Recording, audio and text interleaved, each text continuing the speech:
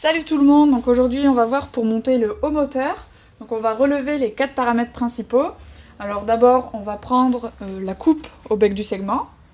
Ensuite on va mesurer le squish, puis le rapport volumétrique. Et puis pour information on relèvera les diagrammes du moteur stock.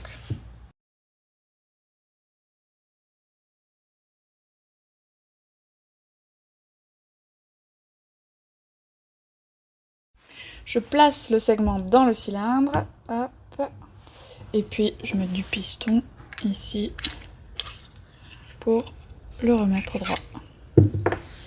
Alors, la 0,15, elle passe tout juste, et la 0,2,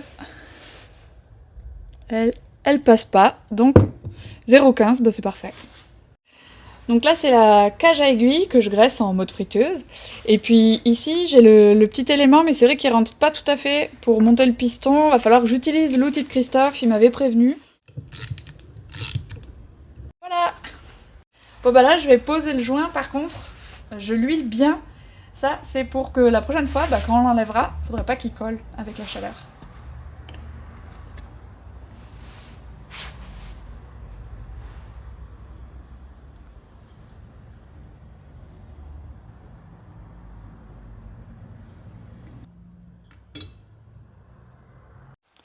Voilà, on lubrifie bien l'intérieur en mode friteuse. Et puis on le place.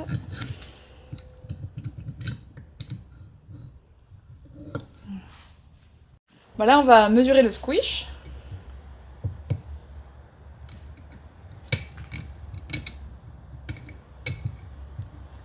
Donc, je place le joint, le fil d'étain, 1 mm. Bon, il faudrait peut-être un peu plus, mais Christophe il a pas ça, il n'est pas allé faire les courses. Et hop.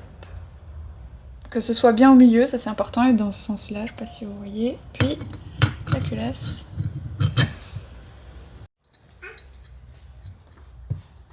Alors là, on serre à 1,2 kg, ça c'est pour écraser le joint en conditions réelles, et surtout, on serre en croix. Donc là, j'essaie d'écraser le fil d'étain contre la culasse, mais je vois qu'on n'y arrive pas, donc on a plus d'1 mm, on est bon.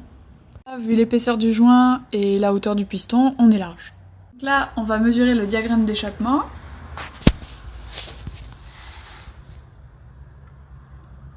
Voilà, et si on regarde, on est à 167 à peu près. On va voir le diagramme des latéraux. On est bon. 114. Donc là, on va mettre le segment sur le piston pour pouvoir prendre le rapport volumétrique.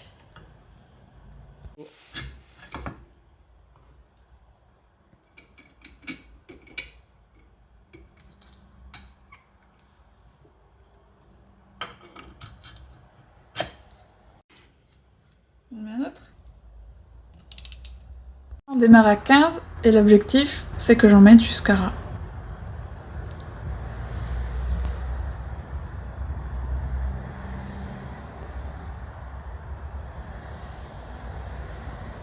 Petite 15, donc on a fait 7,2. Ça fait un moment qu'on est comme ça et on voit que ça n'a pas bougé, donc ça veut dire qu'il n'y a pas de fuite, donc la mesure est bonne. Donc là on a une mesure de 7,2 à laquelle on enlève le culot long de la bougie, donc à peu près 2,5, on tombe sur un volume de chambre de 4,7. Donc ce kit est un 50 cm3, on ajoute 4,7, on divise toujours par le volume de chambre et on tombe sur 11,64 pour 1. Donc ce rapport volumétrique n'est pas élevé, donc on est en sécurité. Et comme le diagramme d'échappement n'est pas très haut non plus, c'est pas déconnant. Et de toute façon, ça suffira pour faire les premiers essais. Et puis si ça ne complique pas assez, on pourra le modifier plus tard. On va partir sur une bougie BR8ES. On a fini pour ce moteur. Pour l'admission, Christophe il mettra ses clapets Athéna avec sa pipe Malossi 19 et le carbu en 19 mm, montage souple. Et on aura l'occasion de tester ce moteur sur tous ses échappements. Allez, salut, à la prochaine!